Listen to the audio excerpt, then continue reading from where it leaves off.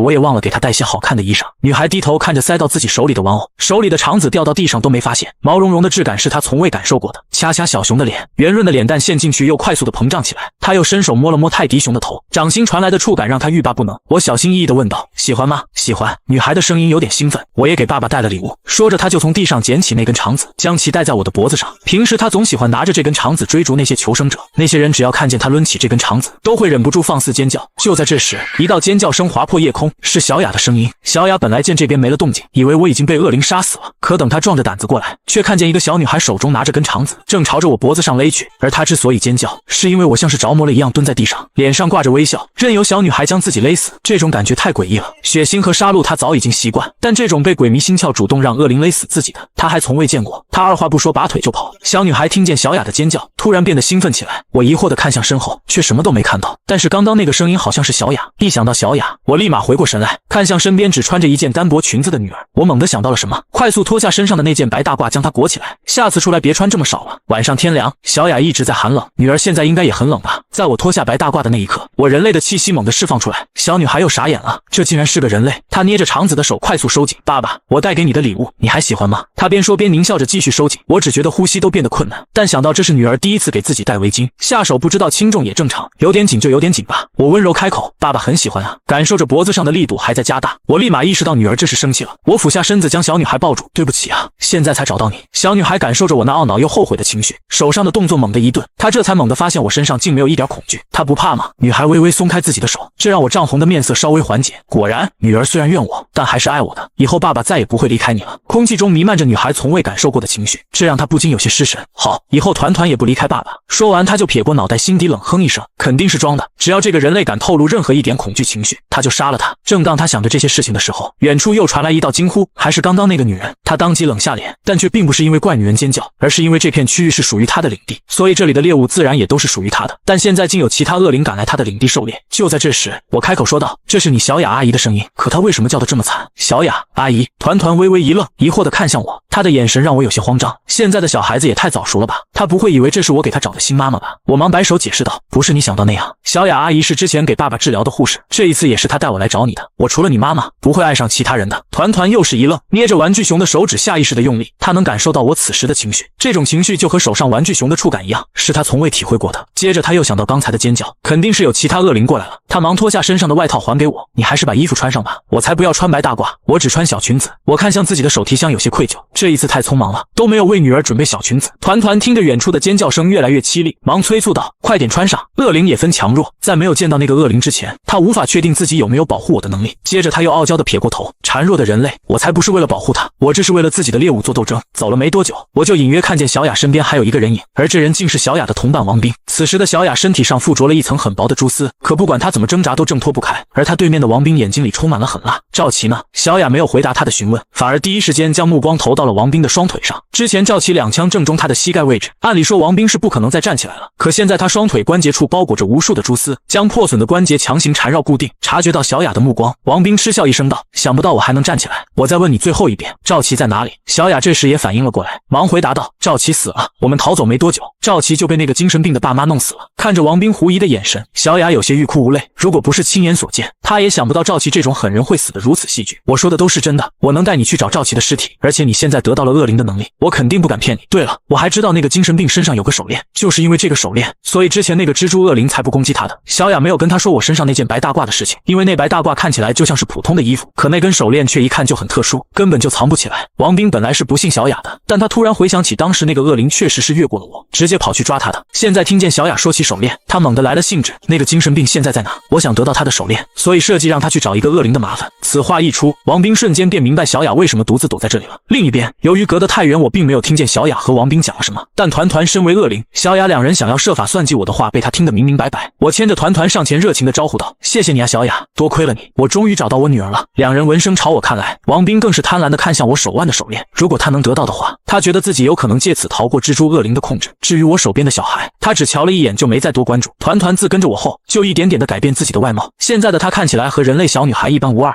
王斌准备将我就地处理了，然后带着手链开逃。至于小雅和那个小女孩，解决他们就是随手的事。爸爸，这个是你的朋友吗？团团自然能感觉得到王斌身上的杀气。对啊，团团，我给你介绍一下，这是小雅阿姨，这是王斌叔叔。说着我又揽住团团的肩膀开口道，两位，这是我的女儿团团。小雅懵了，她说我有女儿完全是瞎编的呀，她只是想要我去找那个恶灵送死，现在敌人没有看到个毛，结果多出一个喊我爸爸的小女孩。雅感觉自己脑袋有些疼，而且你才20岁，怎么会有个7、8岁的女儿？这时王斌咧嘴狞笑，他才不管我到底是不是团团的爸爸。小朋友，来把眼睛闭上，叔叔给你一个礼物。王斌的杀意展露无遗，他已经开始幻想着等团团再睁开眼时，看见我倒在血泊中的样子。团团却突然上前几步道，团团见到叔叔很开心呢，叔叔可以抱抱团团吗？他说着就朝王斌伸出双手。见状我很是欣慰，自己的女儿刚从绑匪手下逃出来，却还能保持着天真烂漫，没有心理阴影，真好。王斌冷笑一声，好，那就从你开始。既然这小女孩自己先送上来，他不介意试试在精神病面前杀了他女儿，会不会让这精神病变得更加疯癫。王斌将团团抱起来，他现在的力量比之前大了很多，他相信自己完全可以一把扭断这小女孩的脖子，但很快他就感觉到了不对劲。小女孩揽着他脖子的手劲十分有力，他甚至能听见自己的脊椎在咔咔作响。他用力地抓向团团的手臂，却发现这小女孩的手臂竟坚若磐石。团团凑近王斌耳边小声道，看来叔叔你是个坏人呢，可惜团团在爸爸面前是一个好孩子，叔叔要乖乖哦，等爸爸不在的时候，团团再来处理你。王斌只觉得胸口越来越闷，直到他快要窒息的时候，团团才松开了勒住他脖子的手，回到我身边。王斌大口地喘着气，忍不住后退了2步想要逃离，但团团却伸出手凭空一抓，下一秒王斌身子猛地一个踉跄，差点跌倒在地。他感觉自己的心脏像是被人抓在了手中，随时都有捏爆的可能。我忙上前想要扶他一把，你没事吧？但刚才还以为可以随手击杀的我，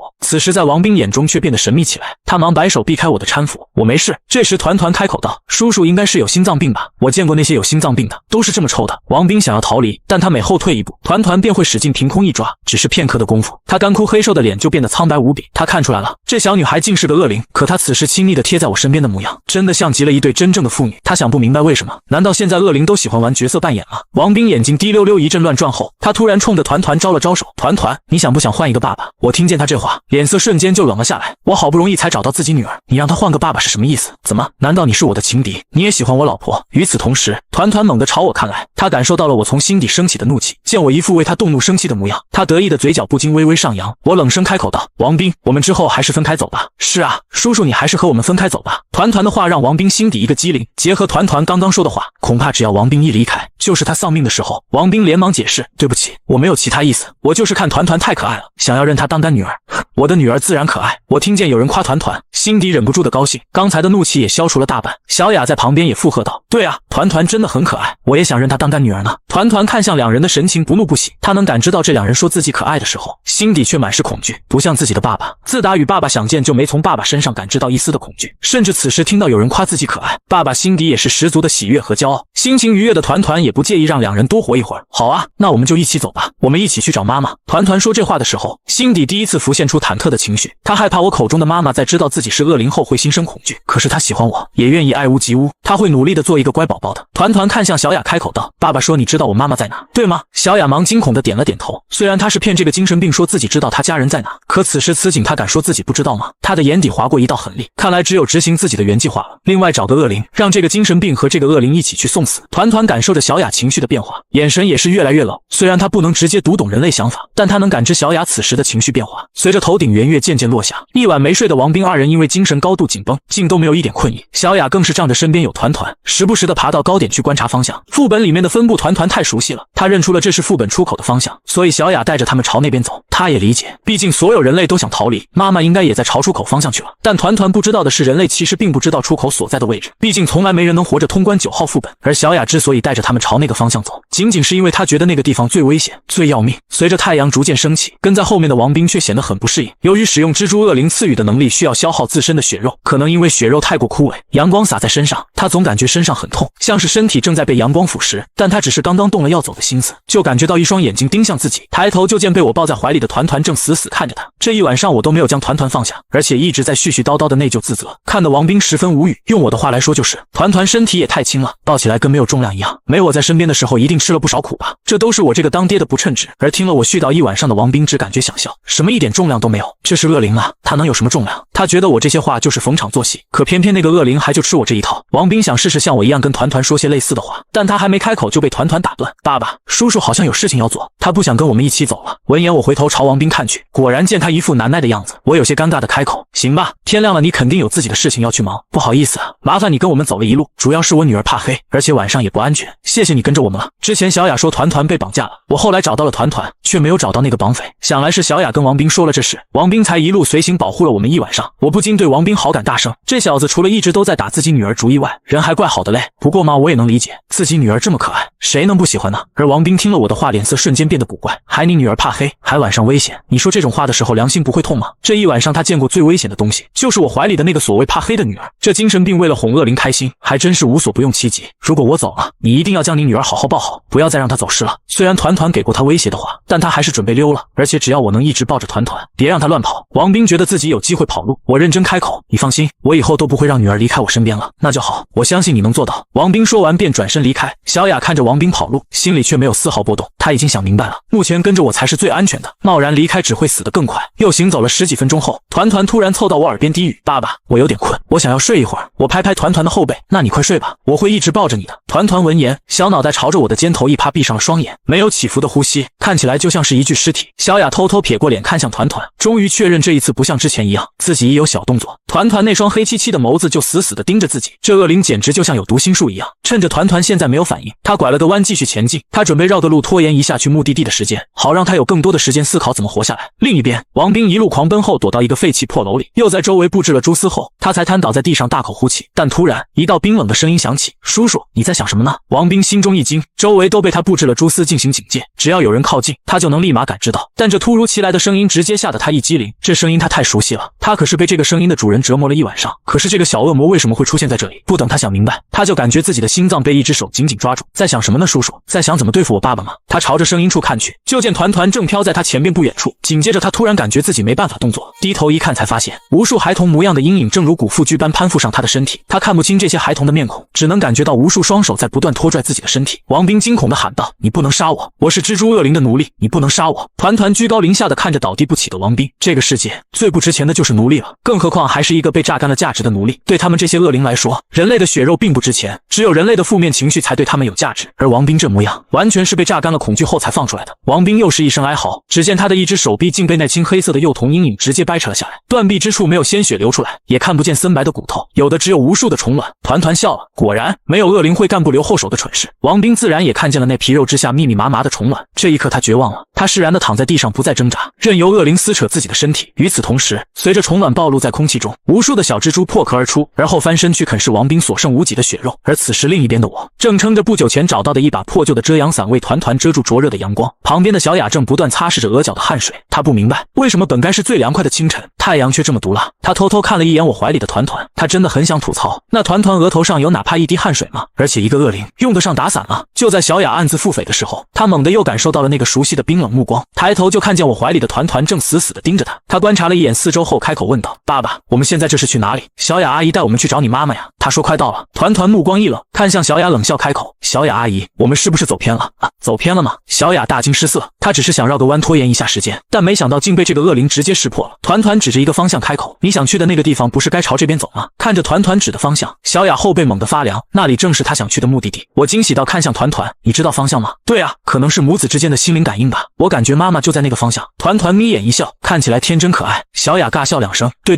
是我走错了。想不到团团小年纪就能识路，你可真的太厉害了。我的女儿当然厉害了，可能这就是母子心连心吧。如果我和团团之间也有这种心灵感应就好了。我说这话的时候有点酸溜溜的，团团先是一愣，接着嘴角就忍不住的翘了起来。爸爸想要和团团心连心吗？团团边说边将手指再点在我的眉心，想啊，那样我就再也不会把团团弄丢了。我刚说完，脑子里突然响起一道机械的声音，已获得技能读心，可绑定一个对象，绑定后可以感应到对方的位置和意识，请选择绑定对象。我不明白发生了什么，但还是二话不说直接选择了团团。下一秒，我大脑中竟多出另外一份感知，我发现自己竟能切换到团团的视角来观察这个世界，这种感感觉太奇妙了。就在这时，我脑海中响起团团的声音：“爸爸。”我疑惑地看着团团，因为团团嘴巴明明没动，但他的声音却传入了自己大脑。爸爸只需要想一想就可以和团团说话了，以后我们就可以说悄悄话了。我停住脚步，紧闭着嘴，可以听见我说话吗？团团嘿嘿一笑，听不见。我也笑了，我竟真的不用说话就能和团团交流了，是不是以后无论团团在哪，我都能找到团团了？对啊，即便爸爸明天离开了，也能知道团团在哪，还可以随时和团团说话。团团说这话时，眼底浮现出一丝忧伤，好不容易找到一个自己喜欢的人类，却马上就得分来了。明天副本就会关闭，届时所有没能离开的人类都会被抹杀。不过他已经想好了，等猎场降临现实，他就出去找我。我疑惑的点点头，却并没有听懂团团话里的潜台词。我抱着团团加快速度朝目的地走去，每个拐角处，团团都会在意识中告诉我怎么走。小雅跟在后面，越来越觉得不对劲，这精神病好像突然变得认识路了一样。而且最诡异的是，我和团团这一路上竟都没有再说过话。要知道在这之前，我可是一直抱着团团嘟囔个不停，而团团也是一直爸爸长爸爸短的。可现在在他的视角里，就只是我抱着团团机械地朝着某个目的地行去。小雅回想起不久前团团的手指戳了一下我的额头，不会就是那时候，这精神病的灵魂已经消融了吧？现在的他就如同一个提线木偶一样，受这个恶灵操控。小雅只感觉四肢发麻，一路失魂落魄地跟在后面，直到差点撞上我，她这才反应过来。望着眼前这座一片祥和的庄园，小雅心底又是一颤，这精神病果然不对劲，竟真的准确无误地找到了这个地方。她深吸一口气后对着我说道：“江彻，你老婆就在这里面。”但不等我回话，团团便抢先开口问道：“里面哪里？”小雅一咬牙，硬着头皮说道：“最中心的位置，外围可能弄不死团团，但最中心一定可以。”团团皱着眉一阵思索后开口：“爸爸，你在这里等我好不好？我和小雅阿姨进去找妈妈，毕竟这里是那个人的领地，他只能保证自己不会遇到危险，所以他不想让我进去涉险。”我疑惑地看向团团，但团团只是摇了摇头。团团想第一个见到妈妈，这是对爸爸把团团弄丢的惩罚。闻言我又是一阵愧疚，点头答应了团团的要求。团团瞥了一眼小雅：“走吧，我们进去找人。可是如果江彻不去，他老婆不会相信我，除非给我个信物，把江彻的手链给我，这样他老婆才会相信我。”团团瞬间笑了，因为他在小雅的情绪中感受到最多的一种情绪是贪婪。他一把抓住小雅的手：“我就是信物，现在进去找人，不要让我说第二遍。”庄园很大，两人走了很久都还没到最中心的位置，又是一个转角，前面突然出现3个人类。小雅不顾身边的团团，激动地打起招呼：“我终于见到你们了，现在就算是死，他也要找几个人给自己吸引火力。”团团皱眉看着对面这2男1女，这里面看起来不像有妈妈的样子。被小雅叫住的几人警惕地掏出手枪指向小雅：“别过来，你是谁？”小雅连忙表明身份：“我是精神病院的护士小雅呀。”听得她的话，那个女人点了点头：“之前我看过资料，确实有这个人。”小雅打量着几人，这3人看起来不像是普通求生者，竟是在进入副本前就将所有人的资料都摸了一遍，确认了小雅的身份后，3人又将枪口对准了后边的团团：“他是谁？”还没等小雅回话，那女人就盯着团团开口了：“这次进入副本的人中没有这么大的小孩。”说着她便直接就对着团团开了枪。团团感受着透体而过的子弹，咧嘴狞笑起来，他就知道这个小雅没安好心，困住他，看看能不能弄死他，应该就是这里的 boss 了。说话间，3人手里都多出了个奇怪的东西。小雅见状立马放宽了心，她看出来这3个人不一般，应该就是有副本特殊道具的，但没想到他们竟有3件。她压抑已久的心终于稍稍放松了下来。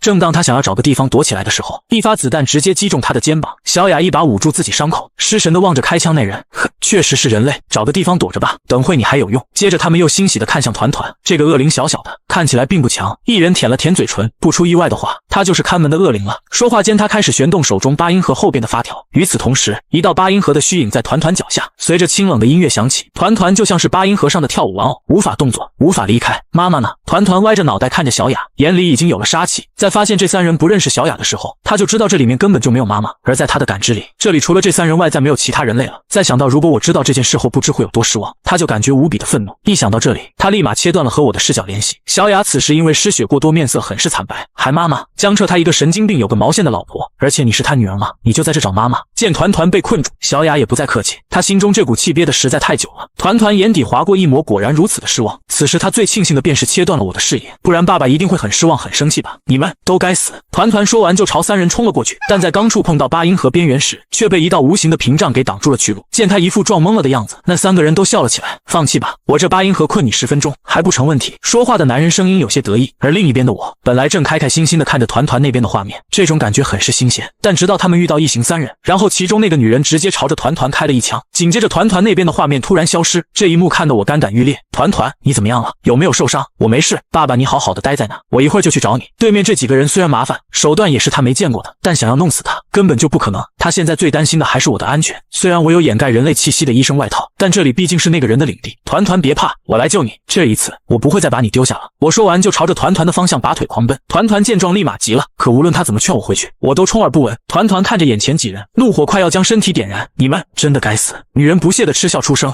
有什么话到地狱里去说吧。说话间，女人拿出一个打火机烧向八音盒。与此同时，团团脚下虚幻的八音盒竟也燃起来熊熊烈焰，而另一个男人则是拿出一个棒球棍，不断的捡起地上的石头，用棒球棍朝着团团打去。此时团团被困在八音盒中，火焰在他身体表面燃烧，但他的身体却完好无损。这个打火机的温度对他来说还差点意思，而棒球棍打过来的石子虽然附着着一层特殊的物质，但这个人类的力量还是太小了。此时除了八音盒困住他不能外出之外，另外两人的攻击根本就无法对他造成伤害。团团冷眼看着三人，就这么点伤害吗？此时三人也感受到了一丝不妙，控制八音盒的男人着急地看向另外两人，你们两个是不是在算计我？是不是没尽全力？八音盒每天只能使用2次，而现在第1次的时限已经快到了。棒球男也急了，不是兄弟，我手都快挥断了，你还怀疑我在打假赛？火鸡女也感受到深深的无奈，她的打火机的温度根本就不能调节，他们这一套连招之前对付其他恶灵时屡试不爽，但这次却像是温水煮青蛙一样，而且青蛙还能在锅里自由游泳。棒球男再次开口道，兄弟，我们不是这恶灵的对手，你再使用1次八音盒困住他，然后我们一起跑。对，